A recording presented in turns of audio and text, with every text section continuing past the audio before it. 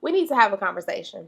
Let's be completely open and honest in this space. And it's going to be a difficult one. Maybe this is something that you aren't ready to be honest with yourself about, but I am. Let's talk about the truth about healing. We always say that we heal, we overcame, but do you really know the truth about healing? Understand that healing isn't just about getting over something. It's about confronting your deepest parts, the deepest parts of yourself, the parts you've ignored, justified, or buried under the quote, I'm fine. I'm fine. I'm fine. Life is great. Women, we love to say it. Life is great. Everything's fine. It's on fire, and that's okay. But what if I told you that true healing isn't just about feeling better, but becoming better? It's about unlearning the beliefs that you've kept stuck and rewriting the story you've been telling yourself for years. Maybe you've carried insecurities that weren't even yours to begin with. Maybe even childhood trauma shaped the way you see relationships, success, or even your self-worth.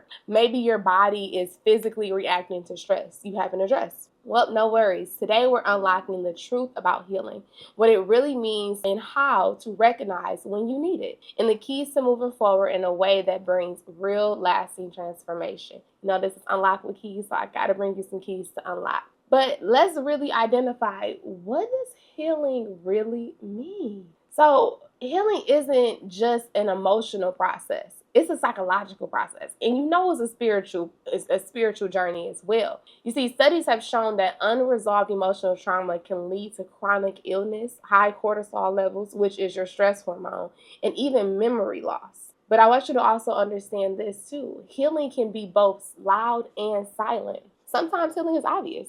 Deep grief, heartbreak, or life crisis that forces you to change. Other times it's very subtle. Feeling constantly drained, reacting negatively to small things, or struggling to find joy in moments you used to find excitement. If you recognize any of these behaviors, it might be time to begin your healing journey. That's just my opinion. But these are some additional signs too to say, you know what? I may need to heal. And let me help you to understand this too. This isn't to point the finger. This is to truly identify the areas in our lives that need some work, that truly need some attention. So if you are experiencing some of these signs, it may be time to heal. First one, emotional instability, constantly overreacting, feeling numb, nothing bothers you. Like, I'm fine, I'm just gonna be to myself. Or you're cycling through sadness, anxiety, and anger without clear reason. I'll let y'all in my business. There was a point that I would just emotionally dump on my husband. Like, emotionally pouring out everything I'm going through. I mean, like, just serving it up on the platter,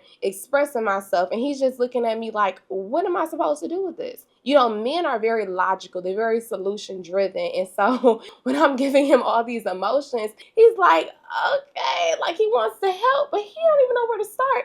And I can't even lead him to a solution because I've just poured so much out. Or sometimes I would deflect, just constantly, pointing a finger at something that he's doing. Yes, what he did may have bothered me, but the issue at hand was about me. It was within. And instead of just saying, you know what, I'm having a moment, I'm a little emotional today, or I'm just not truly understanding why you did that, I would just deflect. As women, I'm just speaking for us, we got to be able to hold ourselves accountable and say, you know what, I just didn't process that moment well, or I'm really dealing with something else and that kind of reminded me of it, but it had nothing to do with you. But I need to go and sit alone and process whatever emotions and feelings that I'm having right now. And it's an ugly truth. Baby, it's an ugly truth. But it's necessary, because if you want to heal, if you want to grow, you have to be willing to ask yourself the uncomfortable questions. Now, another thing that can be an identifier that you need healing, that you may not even recognize, those subtle things, right? That's the physical symptoms. You may have unexplained fatigue, migraines, stomach issues, or chronic health conditions that tie to stress and unprocessed trauma. Well, what do you mean? I just had a headache today.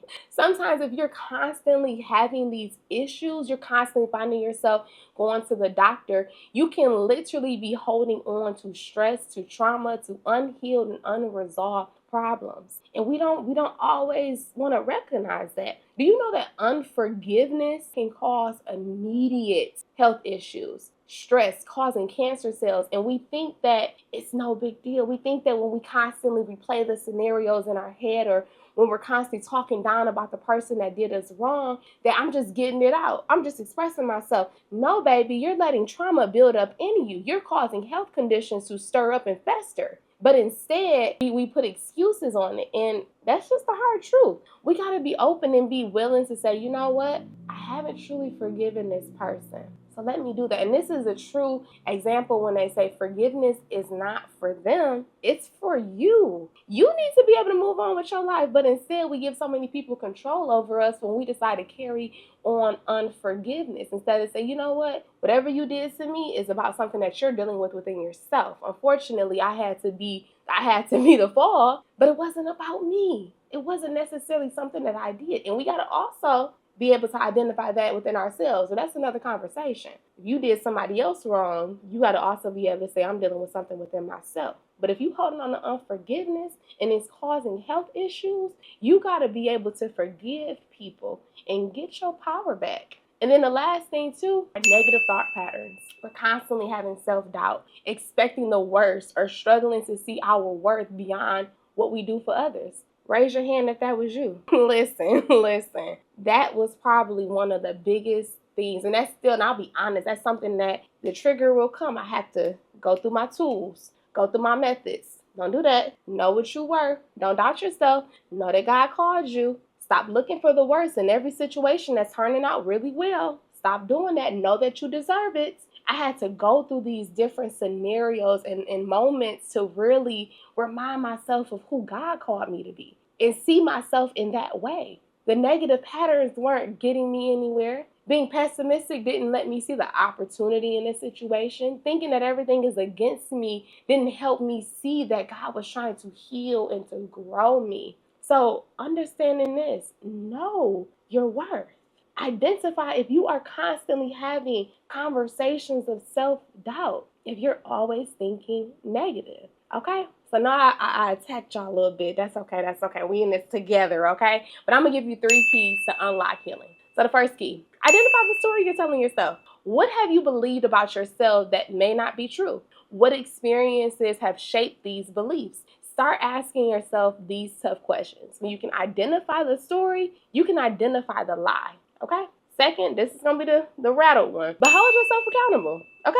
Healing isn't just about blaming the past. It's about recognizing how you've allowed those experiences to shape your present. Take responsibility of how you showed up in life. You know what? I was thinking negative. I definitely, I responded, I reflected, I deflected, whatever it was. And I shouldn't have done that. I've been looking at myself as low. I shouldn't have done that.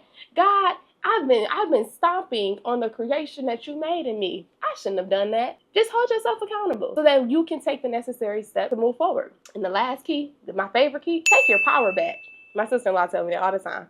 Take your power back. Healing is an act of self-love, setting boundaries, prioritizing yourself. Create a life that benefits you, not just the people around you. And I promise you, every time you feel a little shaken up, tell yourself, let me take my power back. The last thing I want to leave with you, the healing doesn't just impact you. It changes the way you love, lead, and live. The best version of you is the healed version of you, and your loved ones deserve to see that. This has been another episode of Unlock with Keys. I'm your host, Mykeya Latia, and I want you to comment below. I'm taking my power back, if that is you. All right? Like, comment, share, send this to a friend, and make sure you subscribe if you want more content from me. I'll see you next time. Bye.